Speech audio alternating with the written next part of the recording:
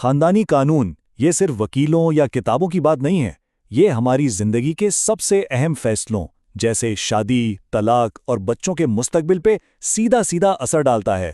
اکثر لوگ اس کی پیچیدگیوں میں الجھ جاتے ہیں، تو چلیے آج ہم اس قانون کے کچھ بہت اہم پہلوؤں کو بالکل آسان زبان میں سمجھتے ہیں۔ دیکھیں، خاندانی قانون کے معاملات اکثر مشکل لگتے ہیں اور اسی وجہ سے بہت سے لوگ اپنے بنیادی حقوق سے واقف نہیں ہو پاتے۔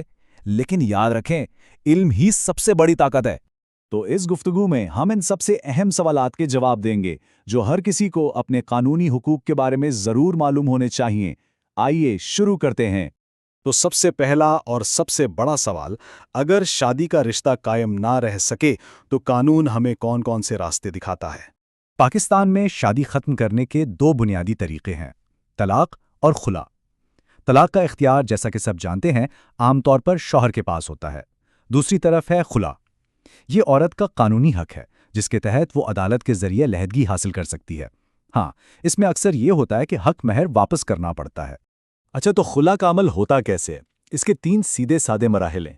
پہلا قدم، بیوی فیملی کورٹ میں ایک درخواست دیتی ہے۔ دوسرا، عدالت کی پہلی کوشش ہوتی ہے کہ میاں بیوی میں صلح کروا دے، اور اگر بات نہ بنے تو تیسرے اور آخری مرحلے میں عدالت خلا کا فیصلہ سنا دیتی ہے۔ علیحدگی کے بعد جو سب سے حساس معاملہ آتا ہے وہ ہے بچوں کے مستقبل اور ان کے اخراجات کا۔ تو دیکھتے ہیں کہ قانون اس ذمہ داری کو کیسے دیکھتا ہے۔ یہاں ایک بہت اہم قانونی اصطلاح ہے نان نفقہ۔ یہ وہ مالی امداد ہے جو شوہر پر قانوناً لازم ہے۔ کیوں؟ تاکہ وہ اپنی بیوی اور بچوں کے بنیادی اخراجات پورے کرے۔ یاد رہے، یہ ایک حق ہے، کوئی خیرات نہیں۔ اور اگر شوہر یہ ذمہ داری پوری کرنے سے انکار کر دے تو قانون عورت کو یہ پورا اختیار دیتا ہے کہ وہ فیملی کورٹ کے ذریعے اپنا اور اپنے بچوں کا حق وصول کرے۔ اچھا، جب بات بچوں کی حوالگی یعنی کسٹڈی کی آتی ہے تو عدالت کا صرف ایک اصول ہوتا ہے: بچے کی بہترین فلاح و بہبود، اس سے اوپر کچھ نہیں۔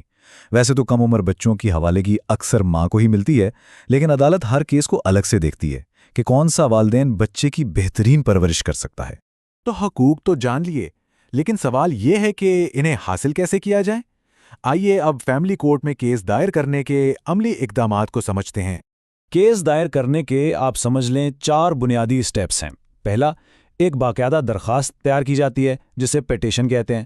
دوسرا، اس میں مسئلے کی پوری تفصیل اور جو قانونی مدد چاہیے وہ صاف صاف لکھی جاتی ہے۔ تیسرا، یہ درخواست عدالت میں جمع کرا دی جاتی ہے۔ اور چوتھا، پھر عدالت دوسرے فریق کو نوٹس جاری کرتی ہے۔ ایک عام سوال جو اکثر لوگوں کے ذہن میں آتا ہے وہ یہ ہے کہ خلا کے کیس میں آخر وقت کتنا لگ جاتا ہے؟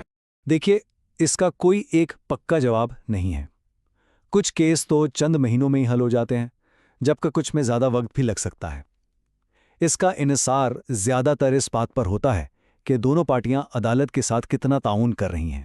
ایک بات ہمیشہ یاد رکھنی چاہیے، عدالت میں آپ کا کیس اتنا ہی مضبوط ہوتا ہے جتنے آپ کے دستاویزات اور قانونی طریقہ کار مضبوط ہوں۔ ایک چھوٹی سی غلطی بھی پورے کیس کو کمزور کر سکتی ہے۔ اب آخری لیکن شاید سب سے اہم سوال، کیا یہ قانونی جنگ اکیلے لڑی جا سکتی ہے یا پھر ایک وکیل کی مدد اتنی ضروری کیوں ہے؟ سچ تو یہ ہے کہ خاندانی قانون کی پیچیدگیاں ایک بھول بھلائیاں کی طرح ہیں۔ صحیح کاغذات تیار کرنا اور درست قانونی طریقہ کار پر عمل کرنا ہی کامیابی کی ضمانت ہے، اور یہیں ایک ماہر کی ضرورت پڑتی ہے۔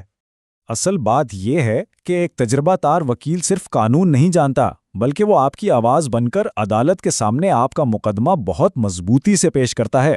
تو یہ بات صاف ہے کہ قانون کو جاننا ہی اپنے حقوق کے تحفظ کی طرف سب سے پہلا اور سب سے ضروری قدم ہے، کیونکہ علم ہی اصل طاقت ہے۔